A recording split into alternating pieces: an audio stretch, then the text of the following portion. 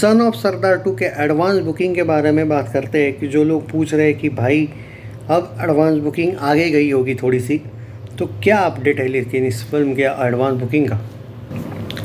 देखो इन लोगों ने क्या किया है वो मैं बता देता हूँ। सन ऑफ सरदार 2 का जो भारत का एडवांस बुकिंग है एट प्रेजेंट वो बताया जा रहा है कि वो 25 तारीख से शुरू हो रहा है, 25 को, जिस दिन ये फिल्म आ रही थी उस दिन से।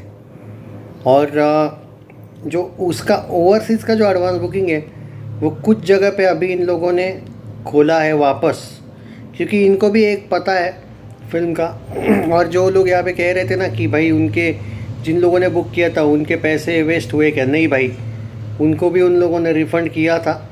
और वापस एक अपडेट आया है इनका कि ओवरसीज़ का जो एडवांस बुकिंग है वो शुरू किया इन लोगों ने, पर बहुत लिमिटेड स्क्रीन्स पे। मतलब पहले मैं देख रहा था, पहले का यार बात ही अलग थी। मतलब इन लोगों ने क्या किया था, पहले का जो एडवांस बुकिंग था वो ज़बरदस्त वे में खोला था, और इस बार इन लोगों ने बहुत ही हल्के से स्क्रीन्स पे खोला है। अब मेरा पर्टिकुलरली ये भी कहना था कि अगर आपको फिल्म को पोस्टपोन ही करना था तो मेरा सजेशन था ये कि अच्छी तरीके से पोस्टपोन कर लेते ना, अच्छी तरीके से इन द सेंस डायरेक्ट फिर यही कर लेते ना, क्या कहते हैं भाई, वॉर 2 और कुली के एक वीक बाद ही आते तो ज़्यादा बेटर रिलीज़ डेट होता था वो, मुझे पर्टिकुलरली लगता है। क्योंकि अगर पोस्टपोन ही होना था इट वाज बेस्ट डेट। पर चलो अब जो भी है, अब यही आ रही है तो हम कुछ नहीं कह सकते। अब यहाँ पे क्या है देखो, एट प्रेजेंट की बात करें तो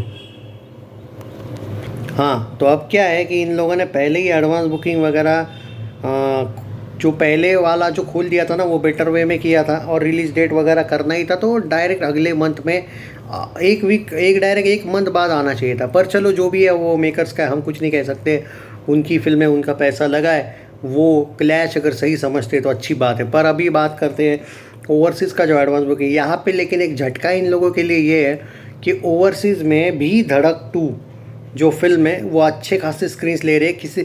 हर एक का ध्यान खाली भारत में ही है कि भारत में करण जौहर कितने स्क्रीन्स लेगा। भाई ओवरसीज़ मार्केट में उसका बहुत डेंजर सिक्का चलता है। बोला जा रहा है कि ओवरसीज़ में उसकी पूरी की पूरी प्लानिंग है कि धड़क 2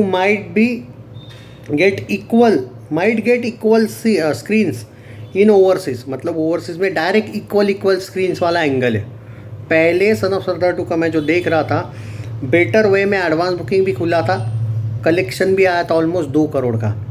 और अब क्या हो रहा है, सन ऑफ सरदार 2 का जो इन लोगों ने एडवांस बुकिंग ओपन किया है चुनिंदा जगह पे किया।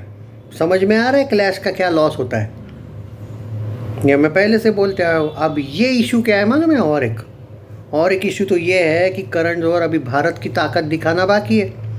भाई करण जौहर भले ही कमज़ोर हुआ हो, 50% उसने ऑफिस बेच दिया हो उसका, लेकिन आज भी वो करण जौहर है। जो आदमी रॉकी रानी की प्रेम कहानी जैसी फ्लॉप फिल्म को हिट करवा सकता है, ब्रह्मास्त्र को वो सुपर हिट का वर्डिक्ट दिलवा सकता है, हिट या सुपर हिट का, वो आदमी कहाँ तक जा सकता है। और आपको मैं क्यों करण जौहर का इंट्रोडक्शन दे रहा हूँ, आपको पता है कि किस हद तक जाने वाली पार्टी है वो। पर और आप अगर ये बोल रहे हो कि धड़क 2 को वो इतना ज़्यादा बड़ा नहीं बनाएगा, यार टेंशन ना लो, इतना ज़्यादा नहीं करेगा। भाई वो आदमी रॉकी रानी के वक्त भी आप लोग सोच रहे थे कि वो कुछ नहीं करेगा, उसने किया ना। वो एक ही जगह पे फ्लॉप हुआ था लाइगर फिल्म के वक्त। उस टाइम पे मैं बोला था ये लाइगर को कुछ भी दिखा ये डिज़ास्टर ही जाएगी, और वही हुई थी वो डिज़ास्टर। वहाँ पे उसकी पूरी मार्केटिंग गलत हुई थी। पर यहाँ पे जिस प्लानिंग के साथ वो आदमी आया, और इसने जो कल जो पीआर टीम धड़क 2 की एक्टिव हुई ना अचानक, धड़क 2 तो भाई 1 अगस्त को ही कन्फर्म है, क्लैश से नहीं डरी धड़क 2। ये जो बॉलीवुड वालों ने 2-3 लोगों ने, नाम नहीं लूँगा उन क्रिटिक्स का, इन्होंने जो किया ना इस टाइप का ट्वीट, ये ट्वीट सीधा बताया जाता है, इनडायरेक्टली हो या डायरेक्टली हो, ये सीधा ट्वीट है इनडायरेक्टली सन ऑफ सरदार 2 के अगेंस्ट वाले। तो अभी तो पीआर टीम शुरू हुई है, आगे देखो क्या होता है। भाई तुमको समझ नहीं आ रहा है कि करण जौहर वाला एंगल पे मैं इतना फोकस क्यों हूँ।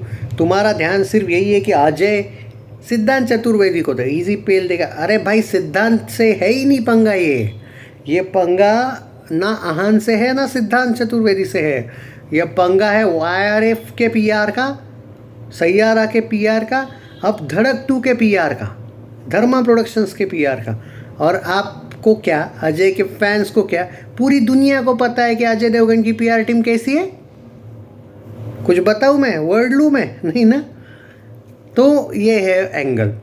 It's not son of Sardar 2 versus Saiyaara versus Dhadak 2, it's सैयाराज खतरनाक पीआर वर्सेस धड़क 2 खतरनाक PR versus Ajay Devgan's PR team कैसी पता है अजय देवगन की आपको। ये वाला एंगल है यहाँ पे। ये मत देखो हीरो कौन है, प्रोडक्शंस देखो, कौन कितना स्क्रीन्स लेता है वो देखो। इसलिए बार बार बोल रहा हूँ कि अजय के फैंस को इस फिल्म को ना ऐसा सपोर्ट करना पड़ेगा जो इन्होंने दृश्यम 2 को भी नहीं किया था, इतना ज़्यादा वाला। हालांकि कलेक्शन दृश्यम 2 जैसे नहीं आएंगे। एक तो आप लोगों ने अपनी लंका लगा दी है, क्योंकि भाई एक तो एक वीक आगे गए हो, स्क्रीन्स आधे आधे होंगे। अब वो पहले पूरे स्क्रीन्स मिलने वाले थे, अब आधे आधे मिलेंगे। सह लेना, कम स्क्रीन्स और कम शोज़ के नाम से रोना मत। बजट कम स्क्रीन्स मिलते हैं तो बजट ऑटोमेटिक कम नहीं होता है भाई साहब। बजट पैसा होता है जो खर्चा किया जाता है फिल्मों में, और वही बजट दिखाना होता है। उससे अगर आपको ये लग रहा है कि एक वीक आगे जाके इनका बजट ऑटोमेटिक कम हो जाएगा, क्योंकि अरे भाई उल्टा जितनी फिल्में पोस्टपोन होती है, याद है मैदान का बजट 235 करोड़ गया था।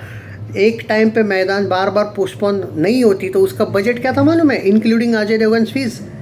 बोनी कपूर की जो फिल्म थी मैदान, 125 करोड़ बजट था, और वो कब आने वाली थी, कोविड से पहले।